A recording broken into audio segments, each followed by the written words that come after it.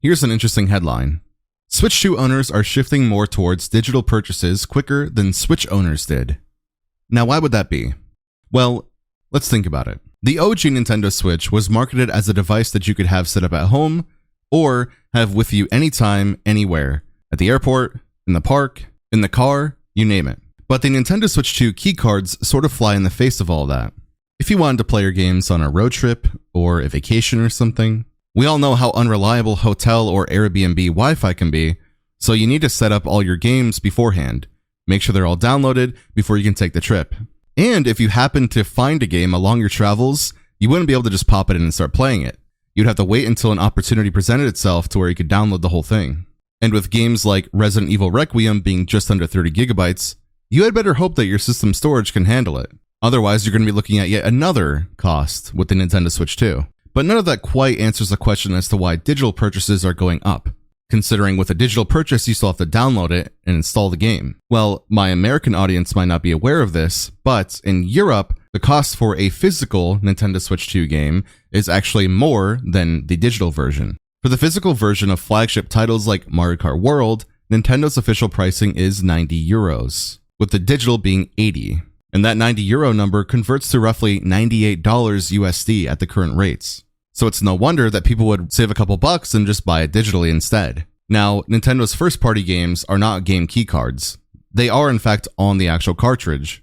But what does that have to do with game keycards? Well, it's the same thing. If you have to install the game in any case, you might as well just buy it digitally. Then you don't have to go to the store, come back, have it set up to install, then have it ready to go with you to wherever you were planning to go the next day. The issue here is time. If it's already going to take up some of your time to download the game, you might as well just buy it digitally. Another issue is, if you ever plan on getting another Nintendo Switch 2, like a special edition or maybe an upgraded model or something of the sort, you would have to manually put in each card, download it, take it out, put in the next one, and so on and so forth, until you've re-downloaded all the games you intend on playing. Whereas if you had these games digitally, you could simply just click on the ones that you want to install and go from there. Same process, but much faster. So because these game keycards are not enough of a differentiator for people to want to buy them physically, people just simply buy their games digitally. And this is all going according to Nintendo's plan. When everyone starts buying their games digitally at an unprecedented rate, they're going to be coy and go, oh, well, look, apparently gamers just want to have their games digitally. Who needs these physical cartridges? How clunky and in the way they are. Come on, let's just all have our games digitally and let us set the prices and don't question it. Well, that's the problem. It's because if everyone bought their games digitally, there would be no way for us to combat Nintendo's price hikes. Let's say a couple years from now, you see a copy of Metroid Prime 4 for $50, and you go, you know what?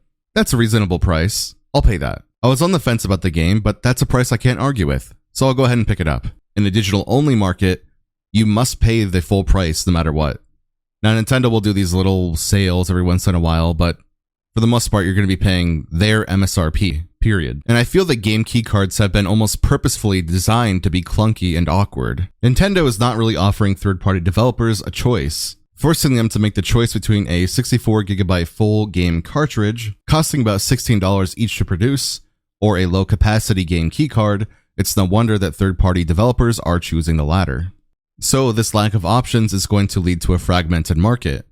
And even if only some third-party developers choose to use these game keycards, it'll be enough to potentially sway some hardcore physical game collectors into just having them digitally, to avoid the hassle entirely. So when you see a headline like this saying that users are shifting more towards digital, well, that's exactly where they want them to be.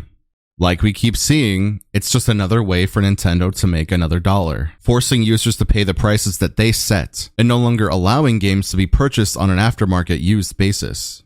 You either get in or get lost.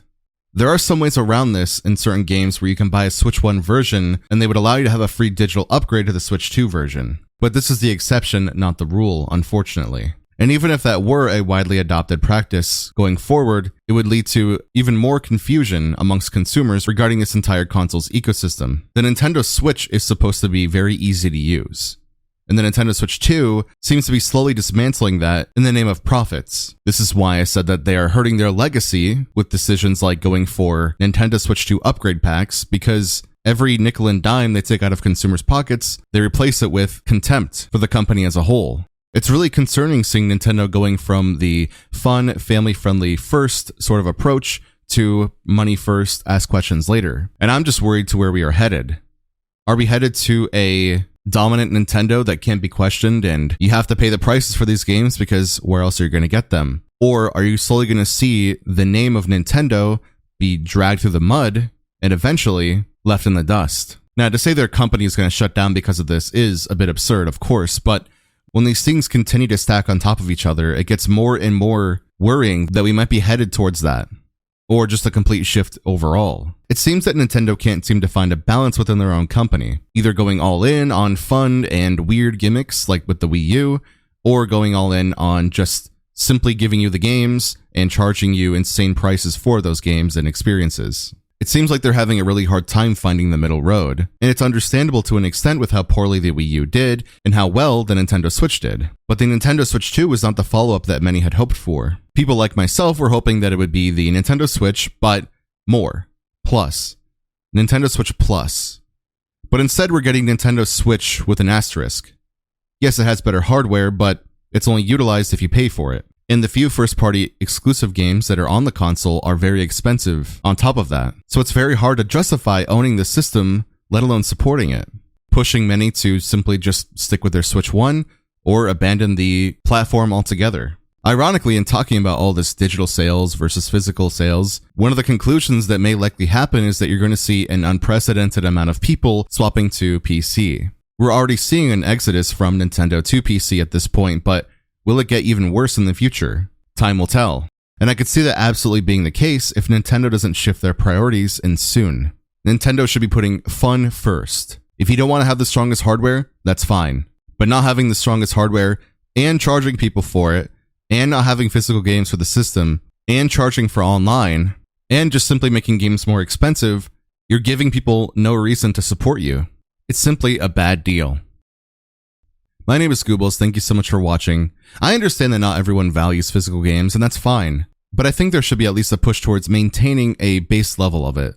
Please consider subscribing and have a Goob day.